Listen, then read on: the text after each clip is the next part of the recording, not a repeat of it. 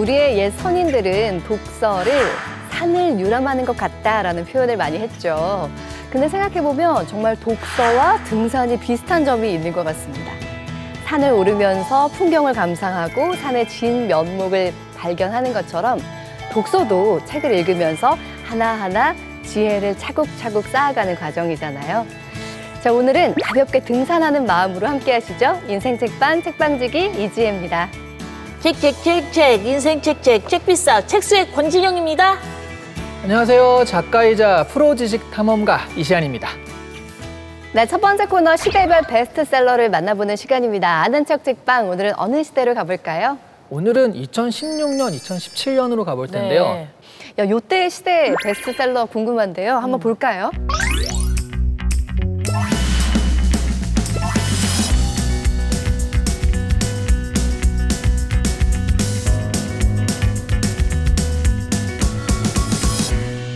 (2016년) 베스트셀러에 올라온 것 중에 눈에 확 들어오는 책이 있습니다. 오, 바로 진짜. 이제는 뭐 한국 최초의 노벨상 수상자가 한강의 되었는데 기적. 한강 작가의 채식주의자. 네. 2016년 베스트셀러 1위네요. 네, 세계 3대 문학상이 있어요. 그 노벨 문학상이랑 콩쿠르상이랑 맨부커상이거든요. 네. 이때 처음으로 맨부커상을 받게 됩니다. 그리고 이제 뒤에 노벨상을 받았는데 네. 콩쿠르상은 프랑스어권 작가한테 주는 상이에요. 그러니까 받을 수 있는 큰 상을 다 받은 거예요. 와. 야, 너무 네. 부럽다. 이때도 노벨상도 컸지만 맨부커상도 네. 크거든요. 사람들이 이게 무슨 책이야? 라고 하면서 본격적으로 사보면서 이때 베스트셀러 1위가 됐습니다. 오. 그럼 말이 나온 김에 베스트셀러 1위로 한강 작가님 책을 만나보도록 할게요. 네.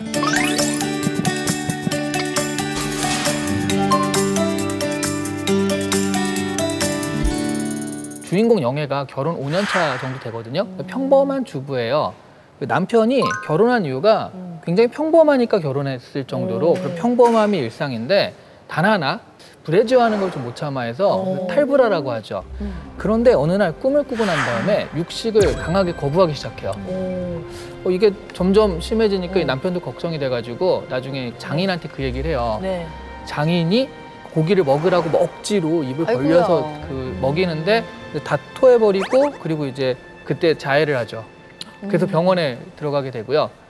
마지막에 그 병원 분수대 앞에서 영애가 이를 돌아보는데 입 주변에 핏자국이 있고 한 입 베어문 동박새가 있는 장면, 그걸로 끝나요. 육식이 의미하는 바가 네. 기존의 관습, 제도, 법 이런 것들, 그런 제도를 강요를 당하니까 거기에 희생당하는 사람들이 있잖아요. 그런 것의 어떤 비유가 이런 그 영애의 모습이 아니었나 이렇게 짐작을 하는 거죠. 중간에 딸에게 육식을 강요하는 것에서 넘어서서 막 억지로 먹이려는 장면이 나오잖아요. 이게 가부장제하의 폭력성 이런 걸 뜻하는 걸까요? 저는 가부장제보다 더 큰 것 같은데 네. 저도 100% 공감하는 게 김치를 안 먹거든요. 네. 지금도 안 먹어요.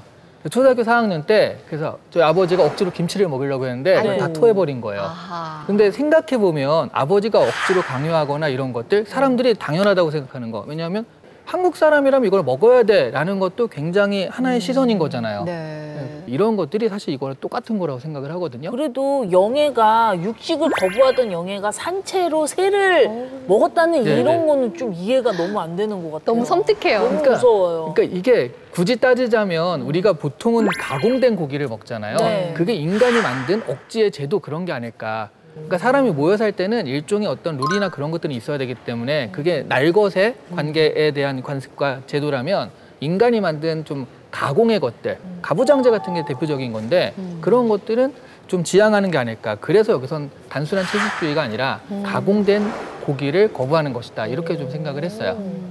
자, 우리가 너무 당연하게 생각하는 뭐 제도, 관습, 규칙 이런 것들이 누군가에게는 폭력이 될 수 있겠다라는 생각을 하게 하는 한강 작가의 채식주의자, 노벨상을 만든 책이라고 하니까 한번 꼭 읽어보면 좋을 것 같습니다. 자, 두 번째 베스트셀러 만나볼까요? 2017년은 좀 특이하게 처음에 출간이 됐을 때는 별 반응이 없다가 나중에 슬슬 올라오는 가마솥처럼. 네, 마치 구들장 같은 그런 오, 느낌의 책들이 네. 많았어요. 1위가 일단 언어의 온도, 그다음에 이거 2위가 82년생 김지영, 네. 그리고 3위가 자존감 수업인데요. 네. 모두 다 한 번에 팍 불탔다기보단 입소문에 입소문을 타고 이렇게 갔거든요. 그중에서 우리가 만나볼 책은 1위였던 언어의 온도부터 만나보겠습니다.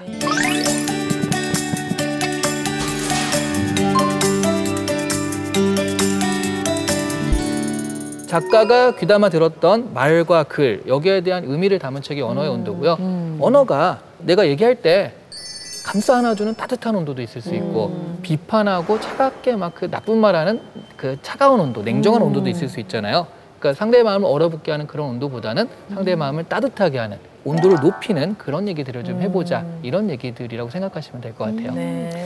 우리가 그냥 무심코 하는 그 언어에 온도가 있다라는 말이 굉장히 의미 있다는 생각이 드는데 두 분의 언어 온도는 몇 도 정도 될까요? 30도 상하이 상하이. 저는 제주도, 제주도 푸른밤. 라임 개그다. 저는 한 36.7도라고 생각을 해요. 인간의 체온과 같은. 인간의 체온은 정확히 36.5도고요. 네. 그다음에 사랑을 할 때는 37도 가까이 된대요. 그래요? 36.7도는 사랑까지 가기 전에 되게 설레는 단계. 썸 타는 단계군요. 약간 그런 거. 그게 더 흥미진진하지 않아요? 그렇죠. 네. 저는 36.7도를 유지하고 싶습니다. 야, 그래요? 멋진 말이네요. 저는 좀 더 이제 날이 차지니까 쩔쩔 끓었으면 좋겠어서 일단 43도 정도는 돼야 돼요. 따뜻한 말 좀 많이 해주세요. 알겠습니다. 네네, 저도 그러게요. 많이 해드릴게요. 오늘 우리 인생 책방에서도 따뜻한 온도로 네, 꼭 네. 이렇게 유지했으면 좋겠습니다. 네. 그러니까요. 자, 이제 마지막 책 소개해 주시죠. 자, 세 번째로 소개해드릴 책은요. 2017년 베스트셀러 2위에 올랐던 조남주 작가의 82년생 김지영입니다.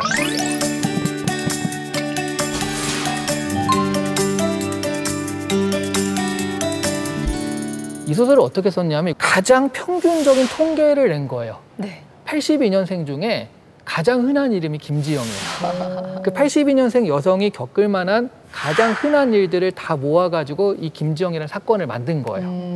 육아휴직하고 뭐하고 한 것들이 다 평균적으로 그 나이 또래 사람들이 겪는 일들입니다. 네. 그러다 보니까 이게 여성들이 되게 불리한 여러 가지 제도라든가 환경에 대해서 얘기할 수밖에 없잖아요. 그러면서 이제 여혐 논란, 남혐 논란 이런 게 나온 거죠. 근데 사실 여기 보면 남편이 되게 못되게 하는 게 아니라 최대한 도와주려고 하는데도 김지영은 굉장히 어려움을 겪거든요. 그러니까 이게 갈등의 문제가 아니라 환경 자체가 문제다. 이런 얘기가 되기 때문에 좀 사회 고발적인 그런 책이었다라고 생각을 하고요. 그래도 또 이런 여성의 인권이 좀 낮은 게 일본이잖아요. 일본에서도 엄청난 화제가 됐던 게 또 이 책입니다. 제가 81년생이거든요. 그런데 이 책이 2017년에 나왔는데 베스트셀러인데 제가 2017년에 아이 엄마가 됐거든요. 81년 김지영이네. 정말 영화로도 막 나오고 하는 걸 보면서 너무 공감하고 눈물을 많이 흘렸던 기억이 납니다. 맞아요. 네. 근데 이게 자칫 그 성대결로 가버려서 문제인데 사실 이거는 더 많은 얘기를 담고 있거든요. 네. 그러니까 예를 들어 지하철 타실 때 다 네. 이렇게 드시죠. 네, 이렇게 이렇게 찍죠. 되시죠. 왼손잡이를 위한 이렇게 되는 건 하나도 없다는 얘기예요. 그럼 왼손잡이는 이렇게 우리로 치면 이렇게 불편하게 돼야 되는 상황인데 이런 부분에 대해서는 의심을 해본 적이 없잖아요. 그냥 당연하게 누리는 것들이 어떤 사람한테는 차별일 수도 있다. 이런 것들을 한번 생각해보는 계기가 되는 책이 이 책이 됐어야 된다라는 거고요. 네. 이게 남녀 차별의 문제 그런 문제보다 좀 더 큰 문제였다라고 네. 저는 생각을 해요. 네. 말씀하신 것처럼 우리가 정말 느끼지 못하는 주변의 그런 일상적인 차별은 뭐가 있었는지 한번 생각해보는 계기가 되는 것 같습니다. 자, 시대별 베스트셀러 만나본 아는책 책방 오늘도 너무 재밌었어요. 다음 시간도 기대할게요.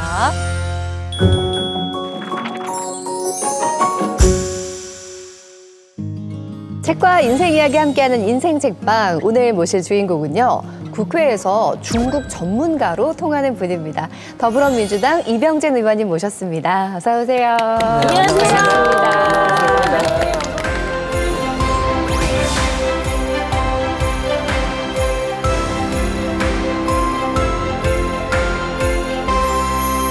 22대 국회가 개원하고 이제 어느덧 반년이 지났습니다. 굉장히 정신없이 보내셨을 것 같은데 어떻게 지내셨어요? 정말 한마디로 정신이 없습니다. 제가 네. 4시 40분에 평택에서 출근하면 한 5시 35분 오거든요. 네. 아침형 인간이니까 그 습관이 돼 있고요. 네. 이게 국회가 어떻게 보면 3D 업종이라고 감히 얘기할 수가 있어요. 국민들은 매일 TV에 나오는 거 싸우는 것만 보고 있는데 정말 치열한 전투가 이루어지는 경우보다는 서로 어떻게 하면은 좋은 안을 만들어내고 좋은 정책을 만들어낼까 고민을 많이 하고 있다고 저는 확신하고 있습니다. 근데 이렇게 얼핏 보기엔 중진 의원의 여유로움이 느껴지는데 근데 국회 입성하기까지 20년 가까이 시간이 필요했다라고 얘기 들었어요. 처음 20년 전에 새천년 민주당으로 시작을 했고요. 홍수안의 그 사전오기 정치인 아시죠? 저도 4번 출마한 경험이 있습니다. 그래서 그때 아마 제가 당선이 됐으면 이렇게 여유와 부드러움 그리고 사람을 이해하는 것들이 아마 없었을 거예요. 지금은 그 20년 동안 오히려 저를 또 조탁시켜주고 연습시켜줬다. 인지상정할 수 있는 그 여유로움도 주셨고 더 공부할 수 있는 기회를 줬다라고 저는 생각을 합니다. 그런 시간들이 쌓여서 정치 경험들을 만들어내고 지금의 의원님을 단단하게 만들었다는 생각이 드는데요. 자, 오늘 의원님께서 가져오신 인생책 이야기를 나눠보도록 하겠습니다. 어떤 책을 들고 오셨는지 볼까요? 조정래 시선이라는 책입니다. 어떤 책인지 만나볼까요? 태백산맥, 아리랑, 한강으로 한국 현대사 3부작을 완성한 작가 조정래. 조정래의 시선은 저자가 책에 담지 못했던 인터뷰, 강연, 칼럼 등을 엄선해 정리했는데요. 책 정글만리를 쓰게 된 동기와 한국과 중국 두 나라의 미래에 대한 통찰, 시대에 당면한 문제 등 작가의 인생관과 사회를 보는 시선이 생생한 목소리로 담겨 있습니다. 조정래 작가 하면 워낙에 유명한 소설가시죠. 오늘 의원님께서 나오시는데 중국 통이라고 하셔서 저는 정글만리 들고 오시려나 했는데 의외였습니다. 소설이 아니라 이 책을 특별히 인생책으로 선정하신 이유가 있을까요? 조정래 선생님은 제가 한 번도 뵌 적은 없어요. 네. 태백산맥, 아리랑, 한강, 최근에 이제 황금종이까지 웬만한 책은 제가 다 읽어봤는데요. 우리 문학의 거장이시기도 하지만서도 이분의 사상과 철학이 제가 생각하는 거와 일맥상통하는 부분이 너무나 많다 적다? 많다. 네. 질문은 다행히 이지선 다용이라 쉬워요. 어려운 문장 많고. 네. 이분의 어떤 사상의 정수가 다 녹아있다. 네. 거기에 이제 그 일맥상통함을 발견하게 됩니다. 그럼 그것을 내 걸로 내재화시켜서 현실 속에서 적용시키려고 노력한다면은 우리 한반도 문제라든지 우리의 민족의 문제 그리고 내가 어떻게 세상을 살아갈 것인가에 대한 어떤 철학 이런 것들도 정리되지 않겠나 이런 생각을 감히 해봤습니다. 그렇군요. 두 분은 이 책 어떻게 읽으셨을지 궁금해요. 책을 읽다 보면 이 작가의 삶이라든지 생각이 되게 궁금해질 때가 있잖아요. 근데 이 책을 보면서 이 작가님의 문학과 인생뿐만이 아니고 삶의 방향과 그 민족 문제에 대해서도 아, 이런 문제가 있구나 이런 생각을 좀 해볼 수 있는 계기였던 거 같다 안 같다? 같았습니다. 우리 작가님은 어떨까? 저는 네. 이런 책이 있는지 몰랐는데 사실 여기서도 그런 얘기가 나와요. 그러니까 소설을 위해서 취재를 하면 50~60%는 버린다. 네. 이 책에서는 그래서 그 버린 부분, 그러니까 담기지 못한 부분이 들어가 있는데 네. 사실은 그런 게 우리도 이제 뒷담화는 아니지만 뒷이야기들 이런 게 재밌잖아요. 그런 부분을 온전히 볼 수 있어서 굉장히 좋다 안 좋다? 좋다! 좋았습니다. 네, 의원님의 인생책을 통해서 키워드를 통해 하나하나 살펴보겠습니다. 네, 첫 번째 키워드입니다. 바로 역시 중국이라는 네, 키워드를 들고 왔습니다. 중국 베이징 대학교에서 법학 박사학위를 받으셨더라고요. 근데 당시만 해도 중국 유학 많이 안 갈 때 아닌가요? 어떻게 가게 되셨는지 궁금해요. 중국하고 우리가 1992년 8월 24일 수교했거든요. 네. 제가 바로 그 군대에서 제대하기 1년 전에 수교를 했습니다. 그때 네. 제가 전방 보병 제22사단 최전방에서 이제 정훈장교로 복무하고 있었는데 내가 중국을 가야 되겠다. 수교를 했습니다. 수교하는 걸 보고. 네. 오. 그 전에 물론 중국 관련 공부를 제가 대학교 때부터 석사과정까지 다 했죠. 네. 그래서 이제 중국으로 가서 제가 한번 제대로 중국 내부를 봐야 되겠다 이런 생각을 한 것 같아요. 그래서 제대하자마자 바로 중국으로 유학을 가게 된 겁니다. 근데 중국 유학 가면요. 아무래도 북한이랑 중국은 친하니까 북한 유학생들도 많이 있었을 것 같아요. 제가 북경대학교 서문을 통해서 들어갔는데 너무나 자유분방하고 이런 대학이 있구나. 제가 80년대 대학 다닐 때는 한국에는 그 캠퍼스가 그렇게 자유스럽지가 못했거든요. 네. 사회주의 국가인데 이렇게 자유로울 수 있어라는 벌써 퀘스천 마크를 달기 시작을 했고 그런 그 자유분방함과 유학생의 천국이구나 이런 느낌을 받기 시작하면서 네. 또 그것뿐이 아니고 북한 애들도 많이 와 있는 거예요. 북한 애들하고 한번 좀 만나서 친하게 지내봐야 되겠다. 이런 생각을 많이 했습니다. 그래서 제가 의도적으로 많이 일단은 다가갔죠. 자기 좋아한다는데 싫어하는 사람이 있다 없다? 고조 없죠. 없어요. 고조 없어요.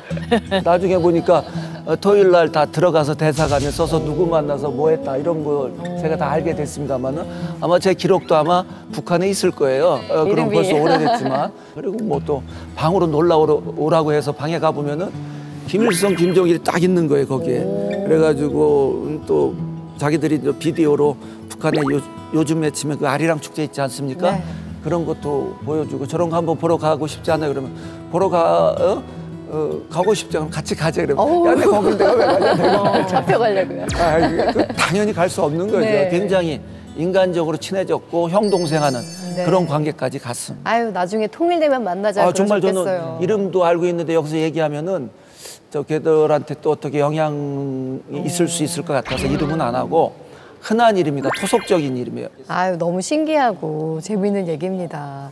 자, 이제 책 이야기로 좀 돌아가 보자면요. 이 책 속에 소설 정글 만리 이야기가 나오더라고요. 그러면서 한국과 중국의 관계에 대한 이야기들을 쭉 풀어가시는데 이 책에서 그리는 중국의 모습에 굉장히 많은 공감을 하셨을 것 같은데 어떠세요? 결국은 정글만리에서 추구하는 건 한국과 중국이 결국은 설린 우호 관계가 되고 서로 상보성 있고 보완 관계가 있으니까 같이 가야 된다라는 그런 요지를 담고 있는 거예요. 관시 얘기가 나왔으니까 말씀드린다면 한 사람 한 사람하고 조금 인연이 돼가지고 좀 깊은 관계가 돼서 그게 발전돼 나간다. 그러니까 결국 여기서 인간관계는 동서고금을 막론하고 나하고 빈도가 높아지고 교감 많이 한 사람하고 깊어지지만 중국은 거기서 한층 더 의미 있게 발전돼 갈 뜻을 갖고 있다. 그래서 그 숙명적인 관계는 중국과 우리가 접하고 있는 국경선의 길이가 한 1,400km가 되거든요. 북한도 우리 땅이죠. 네. 그죠? 통일된다고 봐요, 안 된다고 봐요? 돼야죠. 돼야죠. 네. 되지 않더라도 두 나라로 살아도 이제 평화 정착을 해가지고 가야 될 여정이기 때문에 중국과 우리는 계속 다방면에 걸쳐서 교류도 하고 또 인간적 이해관계를 돈독히 해야 됩니다. 근데 말씀하신 것처럼 중국과 한국이 굉장히 밀접한 관계를 역사 속에서 맺어오고 있잖아요. 뭐 중국이 우리나라의 최대 수출국 중에 하나이기도 하고요. 그런데 지난해 30년 만에 대중무역이 적자로 바뀌면서 많은 분들이 이 부분에 대해서 걱정을 많이 하고 계시거든요. 걱정이 되죠. 한때는 중화권 동남아, 싱가포르, 말레이시아까지 포함해가지고 동남아 곡인 빼고 대만과 홍콩, 마카오까지 포함해서 한 33% 우리 무역량 중에서 네. 중국과 교류한 게 33%까지 간 적도 있어요. 지금 한 19.2%는 이제 다운이 돼버렸단 말이죠. 그런데 우리 가치 외교라는 이름하에 이제 대서방, 대미국 중심으로 외교 노선이 바뀌어지고 또 공급망 체계 재편 과정에서 원하든 원치 않듯 중국과 약간 유리된 그런 관계가 돼버렸어요. 하루아침에 이거를 복원하기는 쉽지 않지만 빨리 중국과의 무역 관계를 정상화시키고 상호 의존성도 있지만 서로 국가 이익이라는 것들도 인정해 주면서 복합적인 관계로 전진해 나가거든요. 네. 그걸 인정하고 중국과 우리가 지금 경쟁력 있는 게 사실 없습니다. 반도체 빼면은 말이죠. 다 졌다고 감히 얘기해도 틀린 얘기가 아닙니다. 14억에서 오는 그 시장. 물론 내수가 약간 불안한 측면도 있지만 빨리 복원해가지고 정상화시키는 게 큰 과제다. 저는 이런 생각을 합니다. 네. 이 책에서도 이제 계속 얘기가 나오는 게 중국이 경제 성장이 엄청나다, 놀랄 정도로 엄청나다. 10년 전에 나온 책인데 거의 예견하듯이 또 이렇게 얘기를 했는데, 그렇죠. 근데 그러면서 협력과 신뢰 관계를 구축하는 게 되게 중요하다라고 했어요. 근데 이 책이 나온 10년 전에 비해서 지금 오히려 그 외교 관계가 더 안 좋아진 상황 아닌가요? 맞습니다. 이런 상황에서 우리가 대중외교를 어떻게 해나가야 될까요? 중국이 항상 의문을 갖고 있는 게 이제 우리가 너무나 이제 미국에 경도돼 있다는 거. 그러니까 주체적으로 자주적으로 너희들이 남북 문제를 해결해 나가고 통일까지 간다고 한다 하더라도 외국의 간섭이 없으면 우리는 인정하겠다라는 게 중국의 그 비공식적인 제가 교류하고 저하고 폭넓게 얘기하는 친구들의 공통적인 의견입니다. 간섭의 주체는 바로 미국이에요. 그러니까 미국을 가장 두려워하고 미국의 그 어떤 영향력이 너무나 커지는 것들을 중국은 조심스럽게 보고 있는 거죠. 네. 그러니까 이 얘기의 의미는 뭐다? 외교라는 것은 전 국익이거든요. 국익을 위해서는 악마하고도 교류를 해야 된다는 그런 말이 있듯이 중국과 우리는 산업 구조적인 측면에서도 그렇고 또 경쟁 관계에서도 그렇고 지리적 관계에서도 그렇고 실용적 관점에서 실사구시 관점에서 그들과 교류를 해야만 해야 하고 그들도 그걸 원한다는 거죠. 그러면은 외교적 관계는 다 자연스럽게 경제 위에서 기초 위에서 정치적 대화도 무르익어 나갈 수밖에 없는 것입니다. 야, 첫 번째 키워드 중국이었는데 역시 중국 전문가시다 보니까 정말 할 말이 많으신 것 같습니다. 그러니까요. 근데 정말 중국에 대한 문제를 좀 풀기에 굉장히 큰 역할을 하시게 될 거라고 좀 생각을 하게 됩니다. 자, 다음 키워드 볼까요? 두 번째 키워드는 평택항입니다. 자, 평소에 한중 교역에 있어서 평택항이 중요하다라는 얘기를 많이 해오셨잖아요. 네, 어떤 의미에서 그런가요? 수도권 2,600만 명의 모항이 바로 평택 당진항입니다. 공식 명칭은 당진하고 붙어 있어가지고 말이죠. 중국과 한 270km밖에 안 됩니다. 우리 대면에 바로 중국의 천진항, 대련항, 상해항, 세계 20대 항이 다 있어요. 바로 대중국 수출 전초기지로 발돋움하기 위해서 사실 인천항의 대체항으로 만든 건데 그동안 부산과 목포 광양항, 여수항을 중점 개발하다 보니까 이렇게 비교 우위가 있는 평택항 개발을 못한 겁니다. 제가 하나 질문 감히 드려볼게요. 로스앤젤레스, 뉴욕, 시드니, 런던, 도쿄 공통점은? 항구. 항구다. 도시. 세계적인 도시는 항구를 끼고 발전하는 겁니다. 그러니까 하루아침에 만들어지지 않아요. 그렇기 때문에 지금부터 준비해서 평택항을 또 남북 교류를 대비해서 남포항과 또 교류할 수 있는 항이 되거든요. 그럼 남북 교류 시대, 평화 시대에 대비해서도 평택항을 개발해야 되는 필요성이 있는 것입니다. 그래서 평택항으로 오게 되면은 물류 비용도 상당히 절감할 수 있는 겁니다. 트레일러가 컨테이너 싣고 가는 거. 부산항이나 여수 광양항에서 수출하는 것보다 평택항에서 수출하면 말이죠. 그만큼 우리 가격 경쟁력이 올라가는 거예요. 그러면 우리 수출을 더 많이 할 수 있는 거죠. 아니 근데 이렇게 애정이 있으실 수밖에 없는 게 평택이 지역구이기도 하면서 고향이기도 하시잖아요. 어린 시절에 평택 떠올려 보시면 어떤 모습 기억나세요? 아, 고향 얘기하니까 저는 평택의 평자만 들어도 가슴이 떨립니다. 정말 평택같이 좋은 곳이 없습니다. 네. 평택, 평평할 평에 윤택할 윤자라고 하고 모택자라고 합니다. 상나라라고 하잖아요. 상인상자. 그 비즈니스를 잘하게 돼 있는 그 인자가 있어요. 제가 봤을 땐. 제가 자란 마을은 수용이 안 돼서 아주 황금 들녘으로 펼쳐 있어요. 근데 그 의원님 보면은 잘 웃어주시고 예, 그 말씀하시는 것도 굉장히 코믹하시고 아, 그래요? 예, 그래서 부모님도 굉장히 좋은 분이셨을 것 같은데 어떠셨어요? 정말 좀 다 이제 돌아가시던데 국립묘지에 지금 안장돼 계세요. 국가유공자인데 제가 당선되고 가서 이제 인사드리고 이제 저도 모르게 이제 울음이 났는데 부모님 얘기가 나오면 사실 모든 사람이 먹먹해지죠. 제가 이제 옛날에 안 그랬는데 나이를 먹었나 봐요. 부모님 얘기하고 집사람 얘기 나오면은 이제는 저도 모르게 무서워서 그러신 건 아니죠? 아 그런 건 아니에요. 모르겠어요. 너무나 좀 미안하기도 하고 또 제가 잘 된 걸 보고 돌아가셨으면 더 좋았겠죠. 이게 네네네. 잘 된 건 아니고 또 어려운 길을 가고 있죠. 근데 제가 이런 꿈이 있다는 게 아버님이 아셔가지고 네. 제가 2004년도에 처음 출마를 했고 2009년도에 돌아가셨거든요. 근데 아버님이 이제 돌아가시면서 이놈이 이제 정치할 거라고 보고 저한테 모든 걸 주고 가셨는데 제가 막내이기 때문에 또 사랑하는 측면도 있겠지만 또 농사 질 때 밭일이나 논일하며 와서 좀 거들고 좀 도와달라고 얘기할 수도 있는데 네. 그런 얘기를 절대 안 해주셨어요. 그러다 보니까 제가 할 수 있는 거 마음대로 모든 일을 다 한 거예요. 그래서 잔소리 안 한 거. 그게 네. 굉장히 고맙고 감사하고 뭐라고 지시하지 않은 거. 그래서 저도 될 수 있으면은 아들, 딸들한테 될 수 있는 게 아니고 안 하죠. 근데 우리 집사람은 이 직장인인데 공직에 있는데 규범적이고 모범적인 그 역할을 해왔고 몸에 배서 그런지 이제 자식들한테 그런 얘기를 많이 해서 네. 제가 집사람한테 혼나죠. 내가 그렇게 해놓으면 자기가 다 풀어준다고 그래가지고 그런 또 비판도 받지만서도 저는 뭐 그렇게 하더라도 뭐 끝까지 죽기까지는 자식한테 아무 얘기도 안 하려고 합니다. 아버님한테 배웠듯이 그런 것 그렇게 같아요. 하시겠다는 그래서 말씀이시죠? 자기가 깨닫고 부딪히고 느끼는 게 더욱더 중요하다. 이렇게 부딪히면 아프잖아요. 부딪히기 전에 모르잖아요. 근데 평택 대한 사랑이 느껴지잖아요. 네. 근데 정말 그럴 수밖에 없는 게 태어나셨고 학창시절 보내셨고 중국에 잠깐 유학 가셨지만 돌아와서도 학생들 가르친 것도 평택이었고 그만큼 평택에 대한 사랑이 많으신데 자랑거리도 많으실 것 같아요. 볼거리, 그렇습니다. 먹을거리. 평택은 정말 평택살 슈퍼우닝 쌀이라고 해서 지금 유럽과 미국에도 수출하는 쌀이고요. 그다음 배. 평택배도 배. 아주 끝내줍니다. 흔한 말로 얘기해가지고 여러분 오시면 제가 풀 서비스 해주겠습니다. 와우, 가야겠네요. 지역구가 아니니까 이거는 뭐 기부행위는 아니겠죠. 여러분도 오십시오. 와서 보십시오.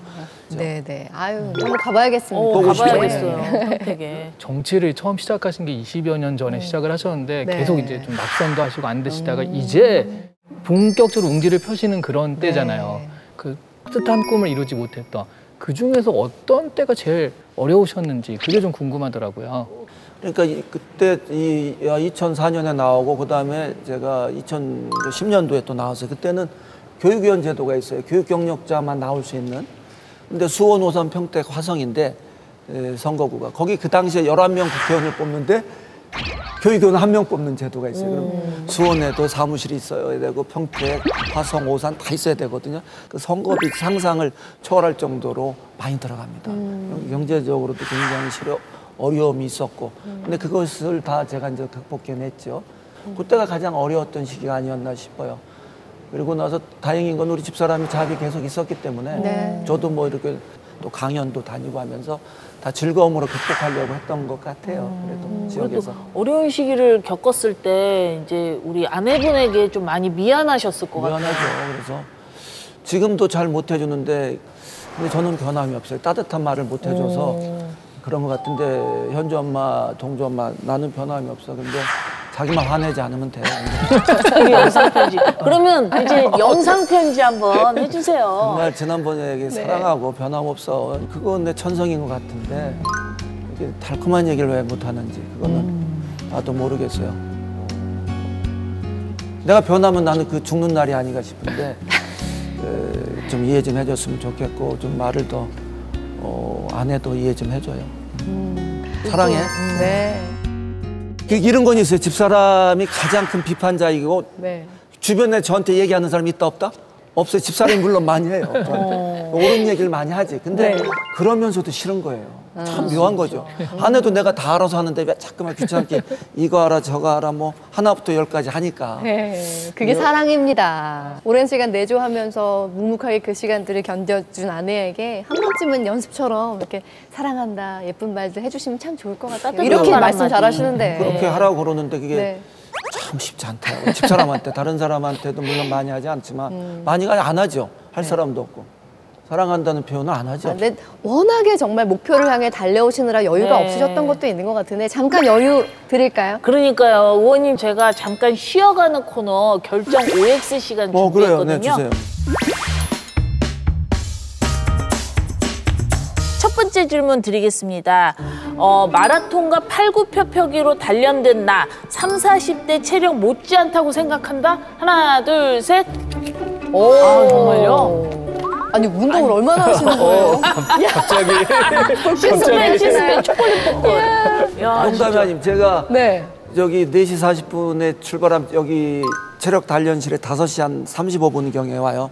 저보다 큰 가슴 가진 분 보질 못했습니다. 와, 이게 팔굽혀펴기 몇 개나 하세요? 지금 100개는 기본입니다. 100 여기다 개요? 하라면 다 해줄 수 있어요. 이시연 작가님 몇 개 하세요? 저번에 얘기했는데요. 0개.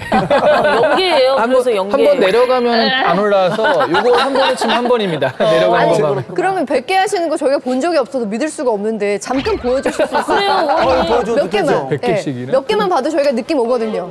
네. 저희가 텐션만 봐도 알거든요. 와, 갑자기. 자켓 벗으셨어요. 야, 갑자기. 자, 좋습니다. 오, 진짜 역삼 자, 여기서 하나, 둘, 셋, 넷, 다섯, 여섯. 야, 진짜 지치지 않아. 야, 오, 진짜. 어머. 이제 말리셔야 되는 거 아니, 아니에요? 어머님. 야, 의원님. 어머님, 이제. 아니, 어머님 그러다 쓰러지시는 거 아니에요? 와. 네, 이제 괜찮습니다. 야, 이제 됐습니다. 잘하셨어요. 아니, 안 멈추시는데요? 100개 하실 것 같은데? 의원님. 야, 오늘 운동 분량 여기서 채워서 가시는 거 아니죠?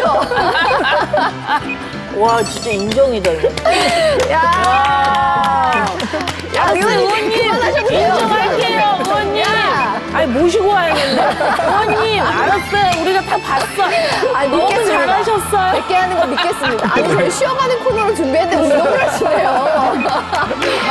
야! 와, 아니, 괜찮습니다.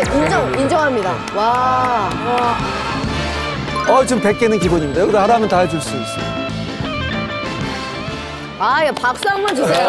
좀 늦게 하신 거예요? 이거 쉬어가는 거 맞나요, 이거? 100에 우리가 평상시보다 한 170 정도 뛰게 만들어줘야 된다는 거예요. 60이면은 70% 더 하면은 102번. 와. 그러니까 내가 1분에 60조 정도, 60번 정도 심장이 뛴다. 네네. 심박수가. 그러면 102개 정도. 그 정도 해주면은 피가 지금 쫙 한번 돌아간다는 거죠. 혈색이 좋아지셨어요. 마라톤도 하신다고요? 그러면 마라톤도 하죠. 마라톤 어느 정도 하세요? 제가 평택 마라톤 클럽을 23년 전에 만들었어요. 지금 100명이 넘는 회원을 갖고 있는데 제가 창단자고 풀코스는 6번 한 주 했어요. 42.1고. 아유, 저희가 쉬어가시라고 이 시간 드렸는데 갑자기 또 운동을 하셨는데 땀을 흘리셨습니다. 네. 어떻게 좀 더 쉬라고 두 번째 질문 드릴까요? 네, 두 번째 질문 드리겠습니다. 네네. 대학부터 중국어과를 선택한 건 중국의 미래 가능성을 예측했기 때문이다. 하나, 둘, 셋. 아니에요? 네, 아니죠. 솔직히 얘기해야죠. 학력고사 점수 맞춰서 갔습니다. 그 당시엔 학력고사고. 네네. 근데 이제 그렇게 들어가고 나서 이제 뭐 86 아시안 게임, 88 올림픽이 있어서 아시안 게임에 중국이 막 500명 뭐 최고의 선수단을 파견하기 시작한 거예요. 그래서 전국적으로 우리 대학뿐이 아니고 네. 중국 관련 과가 아주 그냥 인기가 최고조를 달려갔고 그게 아마 90년대 초까지는 그랬을 거예요. 그러셨군요. 네. 마지막 질문 드리겠습니다. 만약에 22대 국회 입성에 실패했다면 정치인의 길을 포기했을 것 같다? 하나, 둘, 셋. 끝까지 간다. 포기하지 않았다.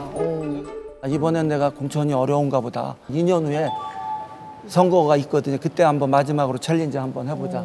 이런 마음이 있었어요. 근데 그러고 있는 와중에 제가 이제 전략 공천을 받은 거죠.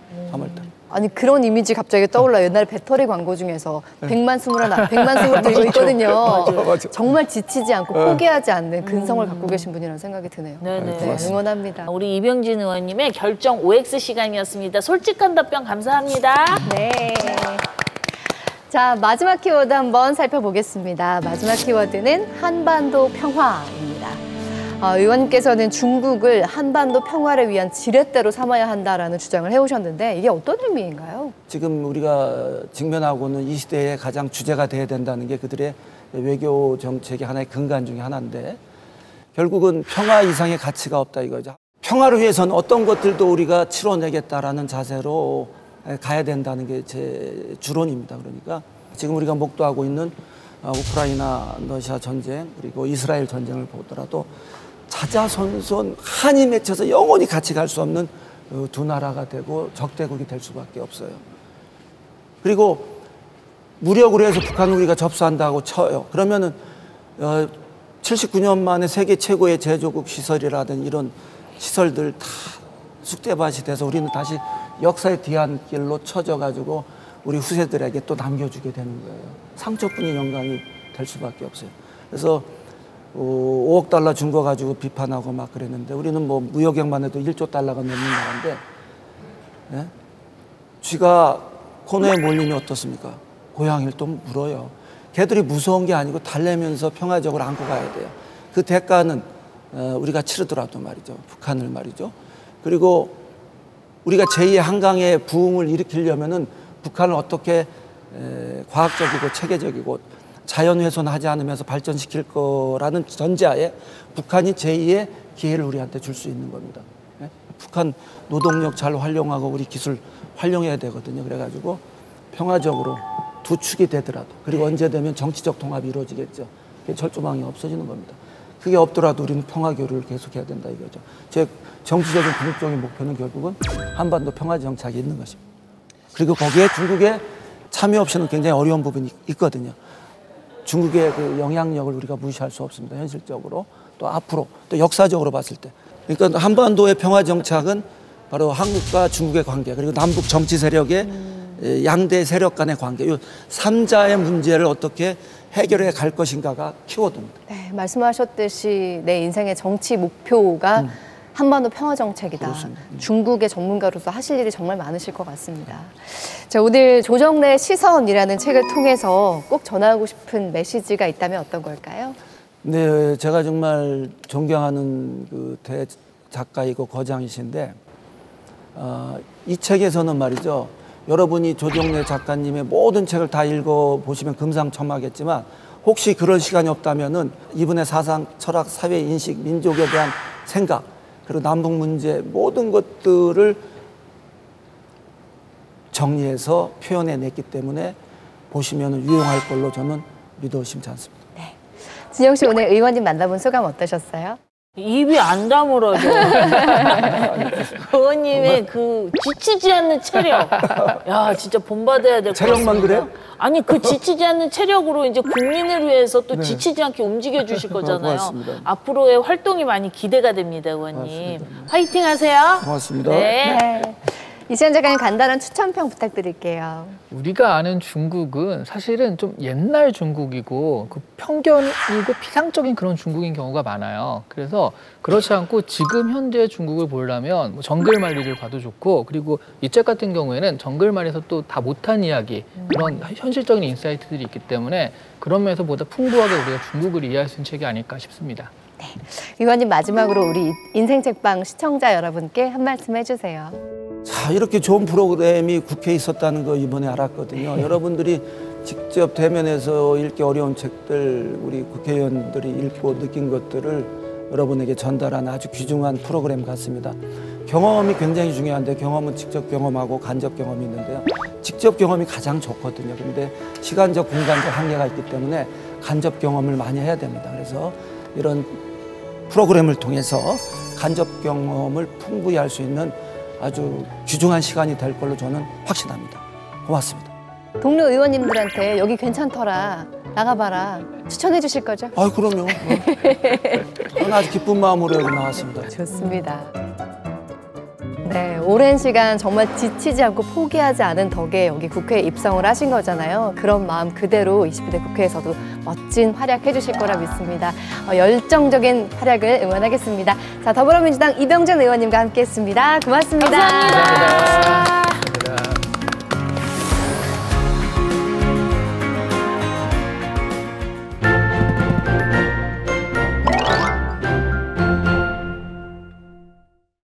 경쟁의 세계에서 피할 수 없는 라이벌. 라이벌은 적당한 긴장감으로 긍정적인 시너지를 발휘하기도 하죠. 오늘은 다양한 분야에서 라이벌의 이야기를 담은 책들 준비했는데요. 국회도서관과 함께하는 화제의 도서까지 지금 만나볼까요? 1960년대 말 어느 날 커피를 마시며 담소를 나누던 두 남자. 한 남자가 말합니다. 구사장, 우리도 앞으로 전자사업을 하려고 하네. 그러자 이야기를 들은 남자가 벌컥 화를 내며 말하죠. 이익이 남으니까 하려고 하지. 현재 대한민국 전자사업의 양대 산맥을 이루는 두 기업의 창업주 이병철 회장과 구인혜 회장의 대화입니다. 책 맞수 기업 열전은 다양한 분야의 라이벌 기업들이 가진 경쟁력의 원천을 비교해서 정리한 책인데요. 책은 먼저 이병철 회장과 구인회 회장의 전자사업 성공 신화를 담았습니다. 냉장고부터 세탁기, TV까지 지금은 두 기업이 다양한 전자제품을 두고 각축전을 벌이고 있지만 사실 전자사업을 먼저 시작한 쪽은 구 회장이었는데요. 1958년 전자사업에 뛰어든 금성사가 그 시초. 1969년 이병철 회장도 전자사업에 뛰어드는데요. 초기에는 만년 2위를 벗어나지 못해 왜 이리 당하기만 하노? 라며 격노하기도 했다고 합니다. 하지만 무모한 도전이라는 여론에도 사후인 1992년에는 마침내 시장 점유율 세계 1위라는 결과를 얻게 됩니다. 두 기업의 성공 뒤에는 시대를 읽을 줄 알았던 경영자들의 남다른 기업가 정신이 있었는데요. 더 많은 기업들의 이야기가 궁금하다면 지금 책을 펼쳐보세요. 승패가 명확히 갈리는 스포츠 세계에서도 라이벌전은 만만치 않은데요. 신들의 전쟁은 이처럼 치열하게 싸우며 세상을 뒤흔든 스포츠 라이벌들을 소개한 책입니다. 같은 해에 태어난 동갑내기로 같은 종목을 하면서 숙명의 라이벌로 불렸던 전 피겨스케이팅 선수 김연아와 아사다 마오. 둘의 신경전은 첫 만남부터 마지막 경기까지 선수 시절 내내 이어졌습니다. 특히 김연아가 불멸의 연기를 펼쳤던 2010년 밴쿠버 올림픽 무대에서는 둘 사이에 차가운 빙판만큼 싸늘함이 감돌았다고 하는데요. 결국 아사다 마오는 만년 2위를 벗어나지 못한 채 2014년 소치 올림픽을 끝으로 최후의 승부는 막을 내렸습니다. 영원한 축구 라이벌 한국과 일본의 이야기도 담았는데요. 전 국민을 TV 앞으로 집합시키는 한일전은 명실상부 최고의 빅매치 경기. 그중에서도 레전드 오브 레전드로 불리는 승부는 1997년 도쿄 대첩인데요. 서로 한 골도 넣지 못한 채 끝난 전반전. 근데 종료 8분을 남겨놓고 대반전이 일어나는데요. 한국이 막판에 2골을 몰아넣어 짜릿한 역전승을 거두게 된 거죠. 최근 이렇듯 다양한 스포츠 라이벌들이 펼친 역사적인 경기의 순간들과 엎치락 뒤치락했던 흥미진진한 일화들을 담았는데요. 세계 라이벌들이 펼치는 스포츠 대전에 여러분도 한번 빠져보세요. 개인의 뛰어난 역량이 인류 진보의 원동력이라고 믿는 모니카. 함께 뭉친 집단이 역사를 움직인다고 믿는 니콜. 한국인이 사랑하는 이야기꾼 베르나르 베르베르의 소설 퀸의 대각선은 개인의 힘과 집단의 힘이라는 정반대의 신념을 가진 두 천재 여성이 세계를 무대로 대결을 펼치는 이야기를 담은 책인데요. 둘의 첫 만남은 한 주니어 체스 대회에서 시작됩니다. 어느 방향이든 움직일 수 있는 퀸과 가장 많은 수로 어느 말로든 승격할 수 있는 폰. 모니카는 처음부터 퀸을 활용한 기습 공격을 시도하지만 니콜이 만든 폰 장벽에 번번이 막히고 참패하게 되는데요. 이렇게 체스로 시작한 둘의 대결은 점점 규모가 커지면서 CIA 대 KGB라는 거대한 권력의 대결로 번지게 됩니다. 마지막으로 목숨을 건 체스 승부가 벌어지는데요. 평생에 걸쳐 승패를 주고받은 두 사람. 과연 둘 중 최후의 승자는 누가 될까요? 국회도서관과 함께하는 화제의 책. 첫 번째로 소개할 책은 영화 보고 오는 길에 글을 썼습니다입니다. 책은 한 편의 영화를 보고 남는 생각들을 이미지와 키워드로 정리하여 한 편의 글을 구상해가는 과정을 보여주었는데요. 그동안 본 영화 가운데 77편을 선정해 단상을 정리한 글을 통해 영화를 더 깊게 감상할 수 있는 방법을 알려주고자 했습니다. 다음으로 소개할 책은 스마트폰 끄기의 기술인데요. 옥스퍼드대 신경과 의사인 저자는 스마트폰 중독의 원인이 스마트폰 기기가 아닌 잘못된 디지털 습관에 있다고 말하며 일상생활에서 실천할 수 있는 건강한 스마트폰 습관을 형성하는 방법을 책에 담았습니다. 마지막으로 소개할 책은 홀로 중국을 걷다입니다. 중국 현대 문화와 문학 전문가인 저자는 베이징부터 하얼빈까지 중국의 7도시를 걸으며 지리, 음식, 건축, 역사 등의 이야기를 통해 왜곡과 편견을 넘어 우리가 미처 알지 못했던 중국의 진짜 얼굴을 생생하게 전했습니다. 자기 분야에서 성공한 수많은 이들이 자기 자신을 라이벌로 삼았다고 합니다. 다가오는 새해에는 올해의 나 자신을 라이벌로 목표를 위해 달려보는 건 어떨까요? 오늘 모익지는 다음에도 여러분의 삶을 꽉 채워주는 새로운 책으로 다시 찾아뵙겠습니다. 감사합니다.